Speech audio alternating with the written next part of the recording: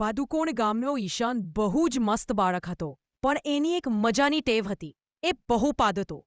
ગામના બધા એને ઈશાન પોપાટપાત કહેતા. ઈશાન ક્યાં જાય ને ધૂમ બૂમ પોપ અવાજ આવી જાય. ગામના બાળકો હસતા હસતા પાગલ.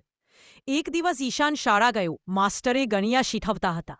ત્યારે જ પોફોફો ઓ બધા વિદ્યાર્થીઓ હા હા હા હા હા. બોલર ઈશાન, શાંતિ રાખ. ઈશાન નિર્દોષ ચહેરો બનાવી બોલ્યો, સાહેબ, આ તો નેચરલ મ્યુઝિક છે. બધા ફરી હસવા લાગ્યા. બાદ બીજા દિવસ ઈશાન મેદાનમાં ક્રિકેટ રમતો હતો.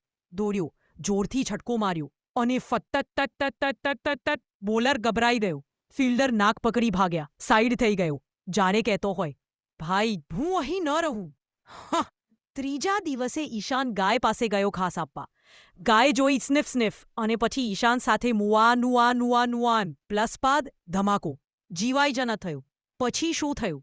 એક દિવસ ગામમાં મોટો બબુલિયો આવી ગયો. બધાએ ભાગીને મદદ માંગી. ઈશાન બોલ્યો, મારો સમય આવી ગયો. ઈશાને પેટ ફૂલાવ્યું અને જોરથી ભૂફ ધુમાડો અવાજ.